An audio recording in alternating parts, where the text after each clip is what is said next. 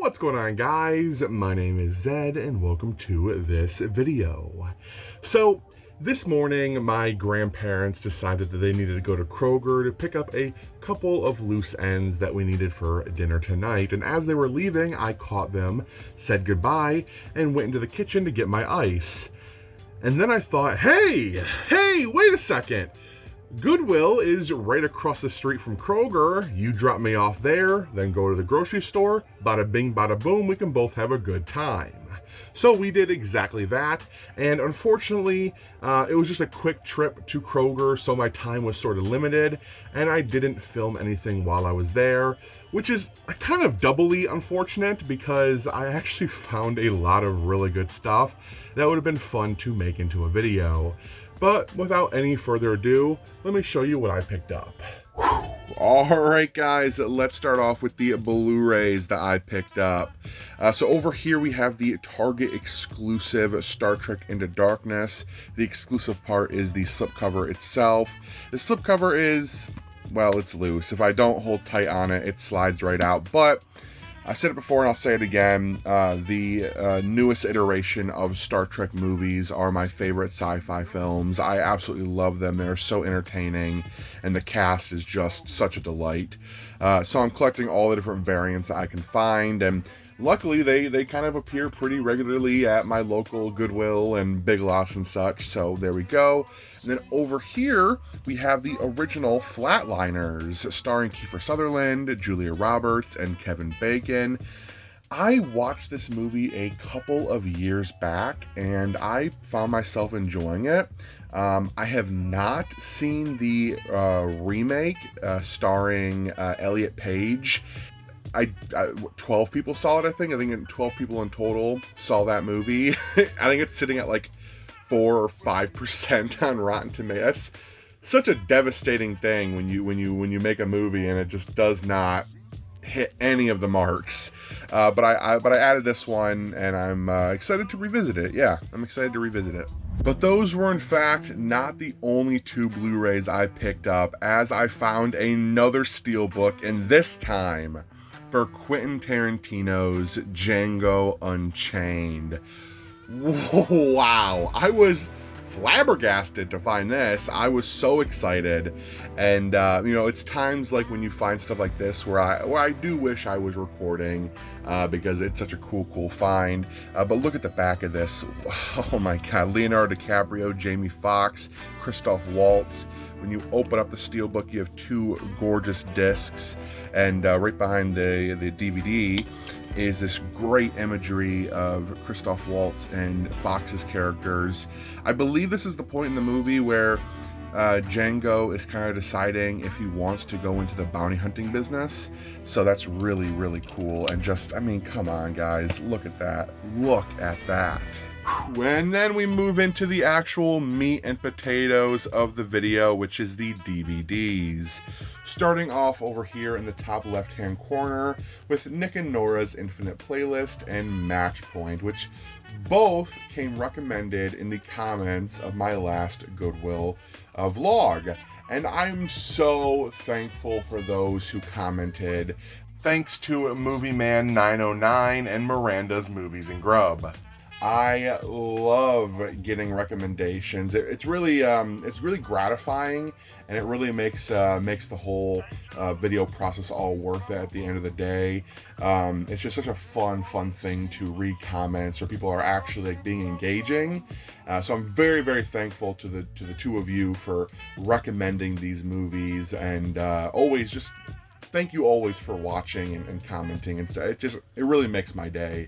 Moving on to this double feature of The Notebook and The Time Traveler's Wife. Now, I said in my last Goodwill video that I should have picked this up, and I did this time around. I already own The Notebook, but I really enjoyed The Time Traveler's Wife back in the day when I watched it.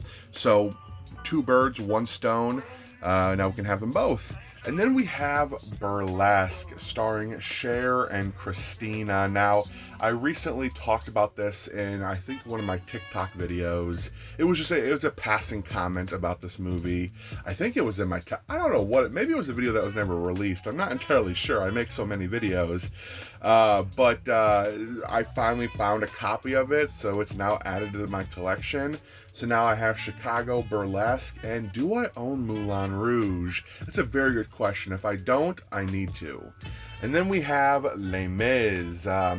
It was nominated for 8 Academy Awards, including Best Picture, and it won the Best Picture at the Golden Globes. I said in the last vlog video that I should have picked this up, so I did this time. Over here we have the Aristocats, a lot of singing movies. The Aristocats. This is just a variant cover. I already own the Aristocats, but Disney variants I always collect. Trading Places, a factory-sealed copy of Trading Places. Eddie Murphy, Dan Aykroyd, I mean, you can't go wrong. Saw 5, the unrated director's cut. I believe this completes the original Saw run. Is there a Saw 6, or is that Jigsaw? I don't know, but I know that I did not own this movie, so now I do. And then we have The Right Stuff.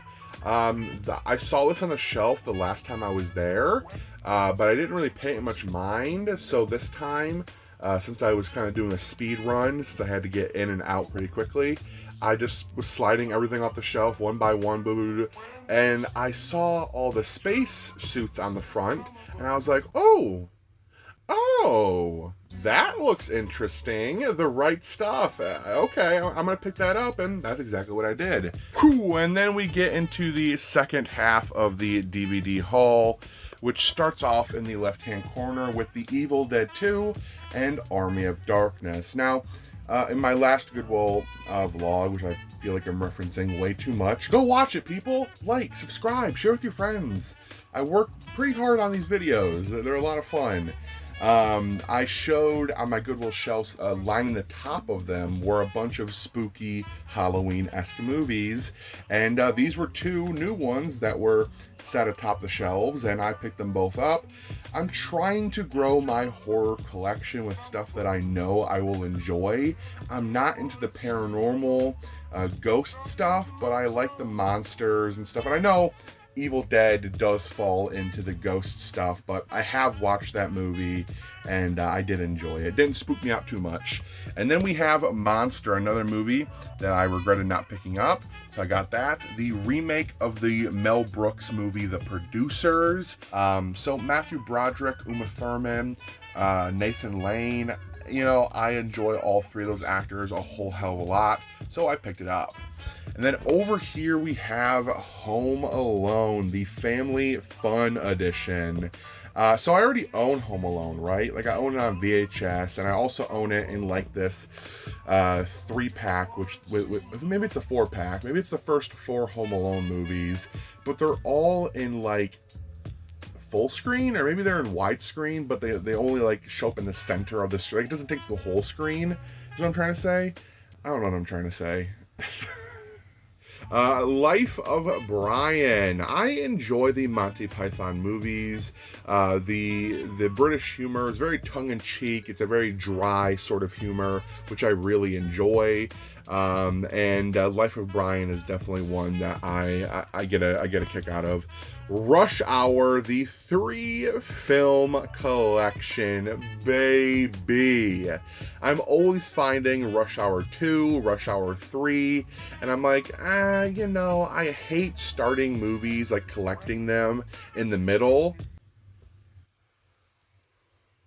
But anyways, I found this, and I'm super excited. The only bummer is the discs.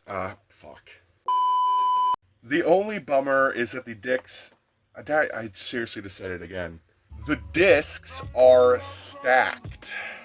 Okay, there we go. The discs are stacked, which I'm not always a huge fan of, but it seems like the discs are doing just fine so far. And then finally we have Rounders, starring Matt Damon and Edward Norton. I love the case artwork for this. I love that the Miramax seal is sort of the seal for the card deck, and I love all this. I heard of this movie for the first time a year or two ago when YouTuber Down the Movie was discussing how it's his favorite. And I also follow him on Letterboxd, and I've seen his favorite list, and it looks interesting. I mean, it has two amazing, incredible leading actors, so how can it be any bad? And actually, I think this is going to be my movie of the day. After I finish this video, this is definitely going to be popped into the Blu-ray player. But with that being said, that concludes the movie part of this haul. But there is one more extraordinary item I have left to show you. And the really cool collectible that I have to show you guys is actually the very first thing that I found. Now, I was there before the store opened. It was really early in the morning, and I waited outside for 10-15 minutes. So I was one of only 3 people in the store, and I got so fucking lucky because even 20 minutes past opening, when the store actually started filling up, this would have been gone. I found in the Toys and Games a 2012 Mjolnir from the Avengers. Look at how, oh my god, it was just sitting on the shelf like this, and I flabbergasted because this is the stuff I love. I love sorts of things like this, and like my Buzz Lightyear over here, that when I hold these, I feel like I'm actually holding a piece straight out of the movie. I understand now why folks collect memorabilia, right? Because it truly feels like you are a part of the movie when you have something like this in your hands, and this is extraordinary. Now, it's not totally accurate. Some of the paint apps are not 100%, but when sitting on my shelf like this, it's going to be a wondrous thing for folks to come in and be like, is that Thors Hammer? Yes, it is. The only thing that I have to do to this to modify it a little bit, or to, clean it up, is right there. Wesley Moss, the original owner of this Mjolnir. I am sorry, Wesley, but you're not Andy from Toy Story. I don't necessarily want your name on my hammer, so we're going to clean it up. Just a little bit of paper towel and a splash of rubbing alcohol. This is 70 proof rubbing alcohol, and it should come up. If not, I have some paint thinner that should do the trick. And just like that, Wesley's name is no longer on the underside of the God of Thunder's wondrous hammer. This is one of my favorite pickups in a very, very long time. God, this is so cool.